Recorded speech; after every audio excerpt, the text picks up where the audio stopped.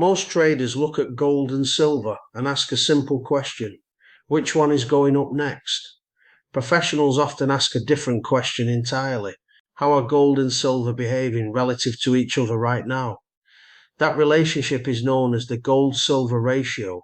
It measures how many ounces of silver equal the value of 1 ounce of gold. When the ratio is high, silver is historically cheap compared to gold. When the ratio is low, silver is considered expensive relative to gold. But this ratio is not a signal, and it is not a shortcut. It's a map. It helps you understand how these two metals are behaving in relation to each other, not just where price is pointing today. Gold is primarily viewed as a defensive store of value. Silver has a split personality. It is part precious metal and part industrial commodity. Because of that, silver is almost always the more volatile sibling. Think of gold and silver like two runners connected by a heavy rubber band. They usually move in the same direction, but silver is more erratic.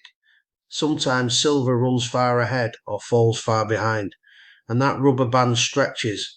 A professional trader is not trying to guess the finish line.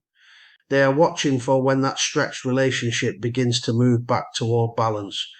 That move back toward balance is where a spread opportunity can exist. During periods of market stress, investors often rush into gold for safety. Silver, which depends more on industrial demand, can weaken more sharply. The ratio rises because silver is underperforming gold. In that situation, a professional might buy gold and sell silver at the same time. This is not a bet that gold will surge. It is a structured position based on the expectation that silver may remain weaker relative to gold. When growth expectations improve and industrial demand picks up, the opposite can happen. Silver can start outperforming gold and the ratio falls. A trader might then reverse the structure, buying silver and selling gold, to position for that relative strength. Notice the shift in thinking. The focus is not on predicting the exact direction of metals. The focus is on which metal is stronger or weaker under current conditions. That is a move away from speculation and towards structured relative analysis.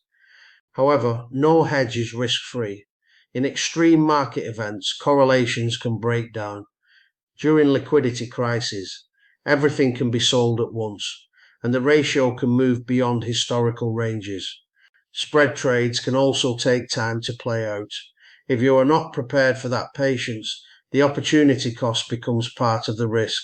The gold-silver ratio does not tell you what will happen next. It tells you how metals are positioned relative to each other right now. That insight supports more disciplined portfolio decisions rather than emotional price chasing. Retail traders ask whether gold or silver will go up. Professionals ask which one is stronger, which one is weaker, and how that relationship fits into overall risk management. That shift in perspective is what turns a simple opinion into a professional hedge.